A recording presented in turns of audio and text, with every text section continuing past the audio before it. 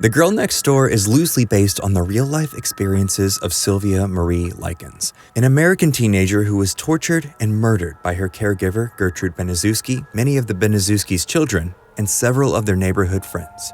Likens was increasingly neglected, belittled, violated, humiliated, beaten, starved, lacerated, and dehydrated by her tormentors. This victimization incrementally lasted for 3 months before Likens succumbed to her extensive injuries and malnourishment on October 26, 1965, in Indianapolis, Indiana. Today, on Scream to Scream, we take an in-depth look at the senseless crime committed almost 60 years ago and how it inspired the 2007 cult horror classic, The Girl Next Door. But first, don't forget to subscribe to The Graveyard Shift and even more horror news about macabre content. And drop a comment to let us know what stories you want to hear about next. Sylvia Marie Likens was the third of 5 children born to carnival workers, Lester Likens and Elizabeth Betty Francis. In July 1965, Lester arranged for Sylvia and her younger sister Jenny to board with Gertrude Baniszewski, the mother of 2 girls the sisters went to school with, Paula and Stephanie Baniszewski. At the time of this boarding agreement, Gertrude assured Lester she would take care of his daughters until his return as if they were her own children. Shortly after the July 4th holiday, the Likens sisters moved in with Gertrude in order for their parents to travel to the East Coast for work, with the understanding that Gertrude would receive weekly boarding fees of $20 to care for the daughters until they returned in November of that year. After approximately 2 weeks with his daughters in Gertrude's care, Lester's weekly payments failed to consistently arrive upon the prearranged dates, occasionally arriving 1 or 2 days late. In response, Gertrude began venting her frustration on the Likens sisters by beating their bare bottoms with various instruments. By mid-August 1965, Gertrude had begun to focus her transgressions almost exclusively upon Sylvia, with her primary motivation likely being jealousy of her physical appearance and potential in life.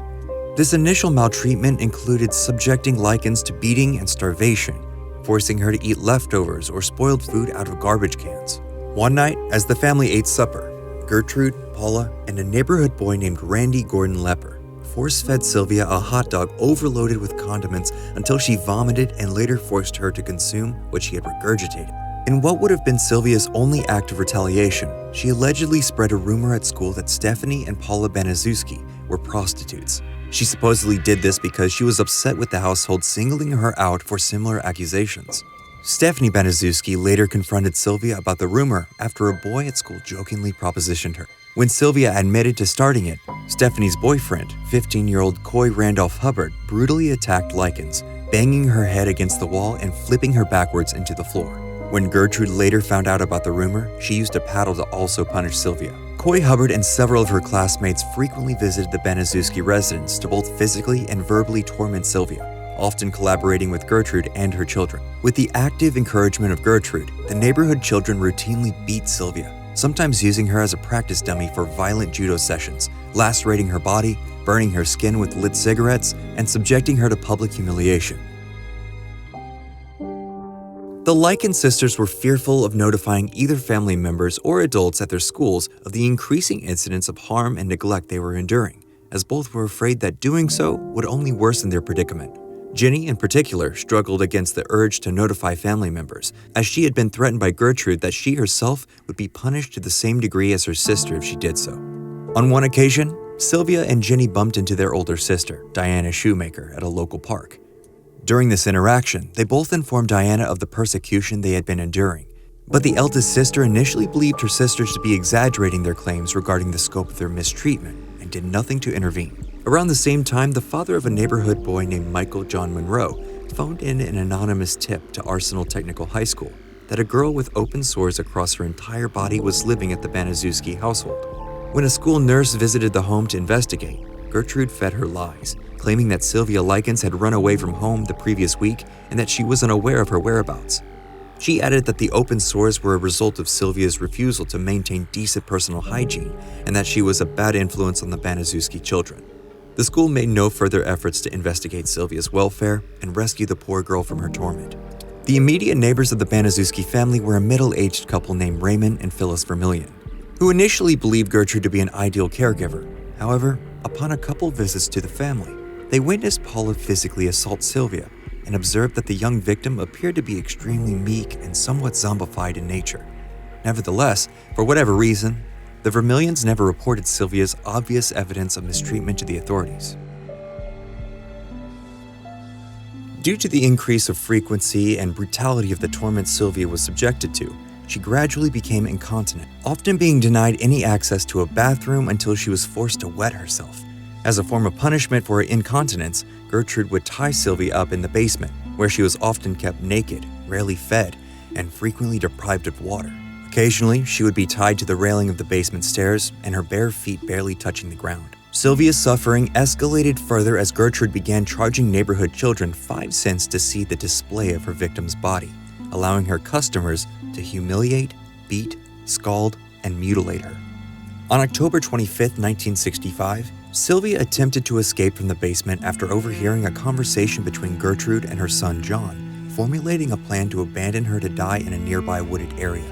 Unfortunately, her extensive injuries and general weakness kept Sylvia from getting too far before Gertrude captured her again. That night, Sylvia desperately screamed for help and repeatedly hit the walls of the basement with a spade in an attempt to alert the neighbors.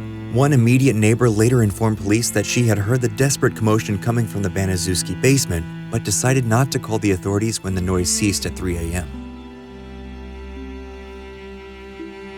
By the morning of October 26th, Sylvia was unable to either speak intelligibly or correctly coordinate the movement of her limbs. She soon became delirious and began mumbling incoherently. Ignoring all the warning signs of her imminent passing, Gertrude and her children continued to humiliate and beat Sylvia throughout the day.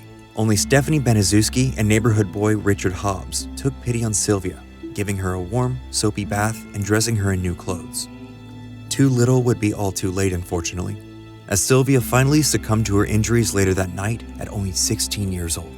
At first, Gertrude did not believe Sylvia had passed, shouting "faker" and beating her cadaver with a book in an attempt to rouse her.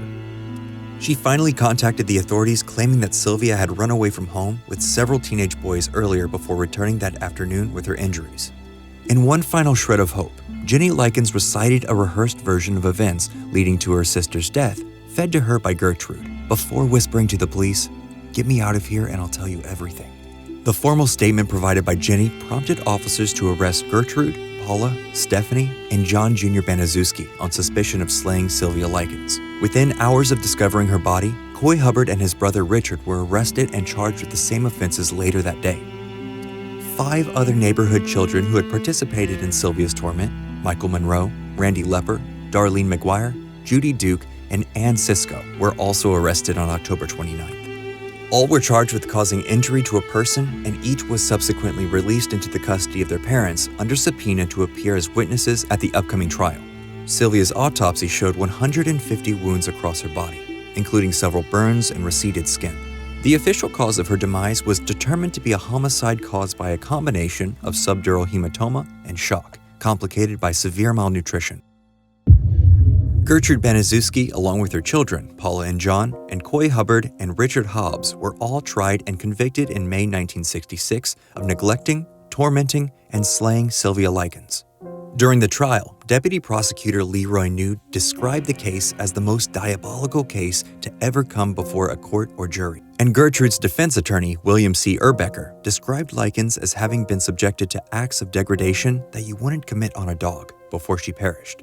The trial of the 5 defendants lasted 17 days before the jury retired to consider its verdict. After 8 hours of deliberation, the jury found Gertrude guilty of premeditated slaying.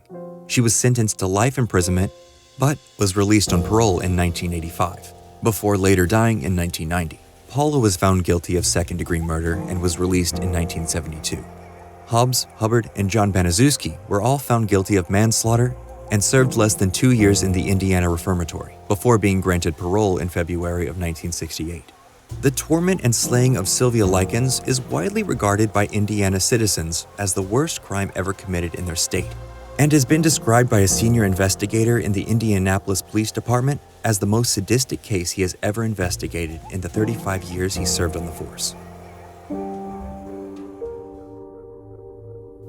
Sylvia's tragic story inspired Jack Ketchum's 1989 horror novel, The Girl Next Door, about 2 teenage girls who are left in the care of their aunt and suffer from systematic and escalating abuse at the hands of their own family. Ketchum chose to write this story from the first-person perspective of the neighbor, as the real case had sinister details the author was too mortified to include.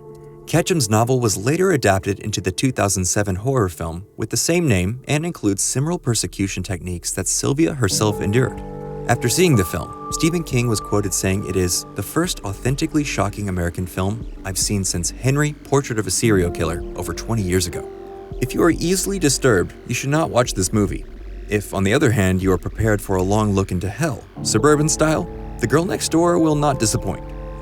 So, that's the tragic tale of Sylvia Likens, a bright young woman with a promising future, stolen from her over nothing more than mere jealousy.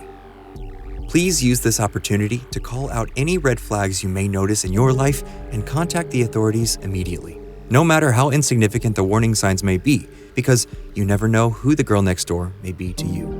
And, as always, remember to like and subscribe to The Graveyard Shift for even more sinister stories, and let us know what other tragic tales adapted into film that you want to learn about next. Check back next time to find out what really makes you scream to scream.